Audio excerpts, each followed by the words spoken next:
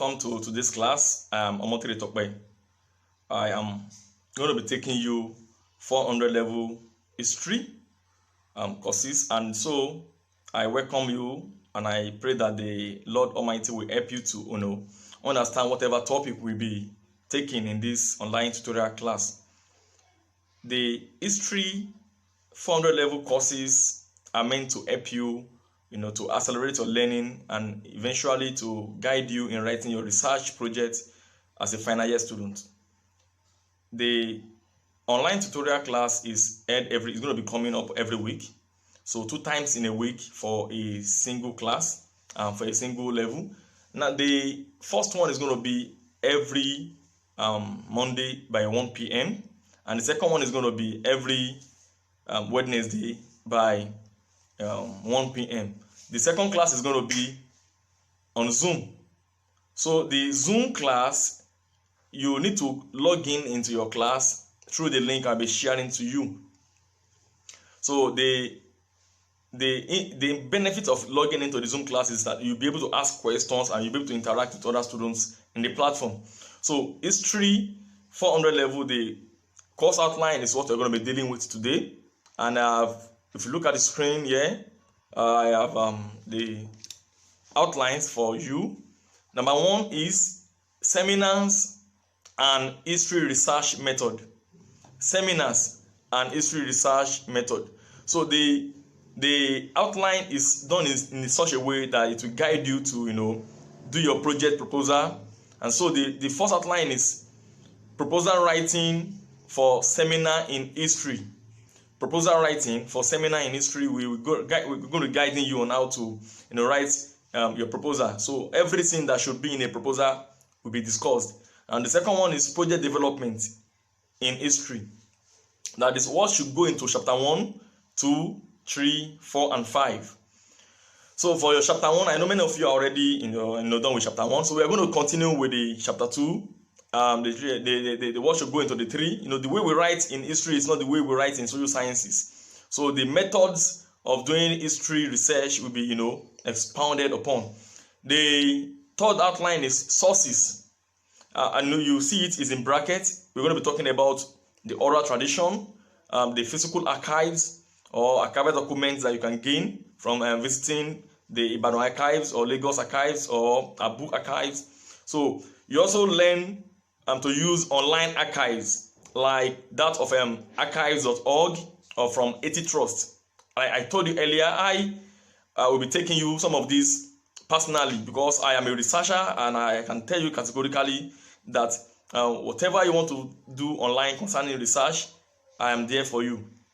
So we'll be talking about journals to how to cite them in the end. So the fourth outline is going to be the referencing style. We're going to be looking for how to generate references using either your Microsoft Word. You can generate referencing notes from there. Then you can also use the other software that we have like Zotero. So I'll be teaching you how to use all of this software, or even Microsoft Word to generate your references. The second outline is so comprehensive. It's going to be talking about the comparative foreign policy of the powers. Who are the powers? We do mention the United States, we mention Russia, China, and so we'll be looking at the foreign policies of these countries. We'll be doing a comparative study of them. And so the first lesson outline is going to be a concept of comparative foreign policy. We want to know the definition given to comparative foreign policy and the instrument for analysis. So our focus is going to be on the US, on Russia, and China. These 3 countries are so powerful, and we want to examine them because of the role they play in world politics. And so the next outline is going to be on multinational corporations and multilateral institutions. Multinational corporations, you definitely need to understand how they work. They are like big companies. We have them in the health sector, we have them in the military sector, we have them in the normal household sector. So these are companies that are present in many countries at the same time. So they have operations, they are so big, and they have money or resources to move things, the way they want. So we're going to be looking at multinational corporation and the politics of lobbying. How do they influence the foreign policy of countries? We want to examine that. Then we're going to be looking at the transnational activities of these multinational corporations and the technological transformation they do bring into global trade. So the third outline is going to be on International Monetary Fund and the World Bank. These are multilateral institutions. They are there to be used even by countries like the middle powers, and they are there to even guide the world powers too. They are there to also guide the developing countries like those in Africa. So the important note we want to talk about in this area at the level of analysis is the middle powers like Brazil, like Australia, like Canada, South Africa. How do they use multilateral institutions to their own benefit? So we're going to be looking at the politics of multilateralism. The next one is going to be dealing with the Nigerian foreign policy since 1960. We want to look at the evolution of Nigerian policy. We want to look at the principles, the agents, and determinants of Nigeria's foreign policy in international relations. So we'll be looking at the role Nigeria has played in peacekeeping operations, particularly in Liberia and in Sierra Leone. We want to look at how Nigeria, established the ECOMOG and the politics behind Nigeria's foreign policy. We want to examine it.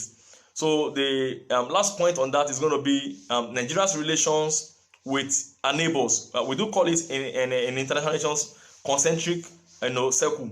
So we'll be looking at the countries in this circle and the relations between Nigeria and the world powers, especially with the US in relation to trade, in terms of military, in terms of culture and education. What is Nigeria benefiting from this relationship? So we want to look at them. And how are they, pushing Nigeria to the edge in terms of a new, liberalism circle. So we want to look at all of this. And then the last one is going to be on land, labor, and politics of colonial resistance in Africa up to 1960. Land tenure system in traditional African society is going to be examined. The threat that this land tenure system received from European settlers is going to be also examined. So the second outline is going to be European settler system and resistance in selected African countries.